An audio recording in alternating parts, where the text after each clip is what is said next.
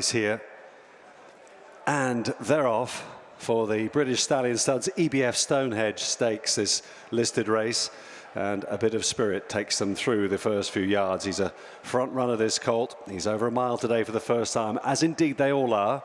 He's being trapped by his market rival Morris Dancer in the royal blue of Godolphin, and looking on, Mystic Moment and Charlie Bishop 2 lengths further behind them as they race up the hill for the first 3 furlongs.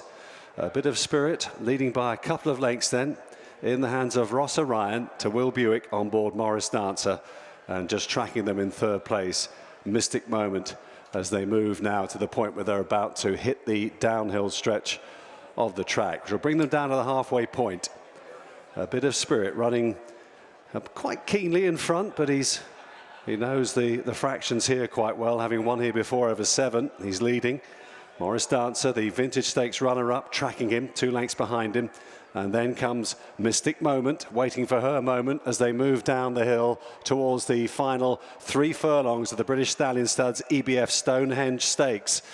A bit of spirit then. He's a horse that has lived up to his name so far. He's leading, and now on the outside, Morris Dancer is being produced now to try and tackle this front runner, and now things get serious as they pass the 2 furlong marker. A bit of spirit taken on now by Morris Dancer on the outside. These 2 sons of Palace Pier. Back in 3rd is Mystic Moment, and Morris Dancer has struck the front, just edging right-handed as he does so. He's got the measure of a bit of spirit today, and Morris Dancer is storming home to win the Stonehenge in really good style by about 3 lengths. A bit of spirit in 2nd. And well, we've heard from William Buick. Time now to hear from Thady Gosden, who trains Morris Dancer along with his father, John.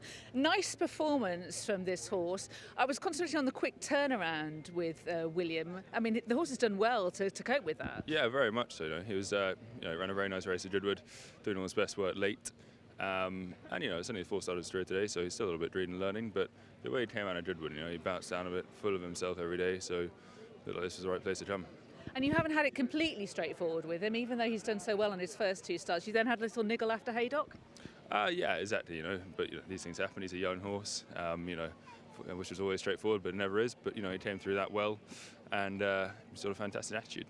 He did. Now, he still seems a little raw. William described it as learning on the job, but I suppose you want them to learn, and that's what he's doing. Yeah, very much so. You can see even when he hit the front today, so I wasn't quite sure what to do. William had to, keep him up to his work.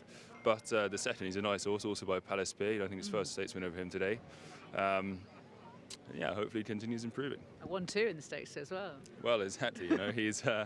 He's got some nice ones knocking around for sure. Yeah, it must give you and the team a lot of pride. I mean, I know you'll have seen a lot of stallions come through, and then they've raced with you. They've gone on to make their name as stallions. But when one is coming through, that must give the team a lot of pride. No, absolutely. Of course, he was a brilliant racehorse. Physically, he was. If you designed one, you'd pick him out. It's great that his progeny are doing so well. Now, this guy's got entries in the Champagne, the Royal Lodge, the Dewhurst. What are you inclined to do with him? Because that's 7 furlongs or a mile. Yeah, exactly. He's obviously had 2 good races on the bounce here.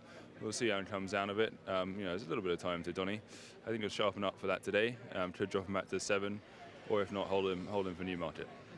Okay. So it all sort of depends on what he does. Exactly. Obviously, We'll see how he is and where he's telling us he should be going. Sounds like you think he's adaptable. And next season, what do you think his trip is going to be? Is he going to be a mile, or might he get a bit further? I think we'll have to see, Hit the line strong there today.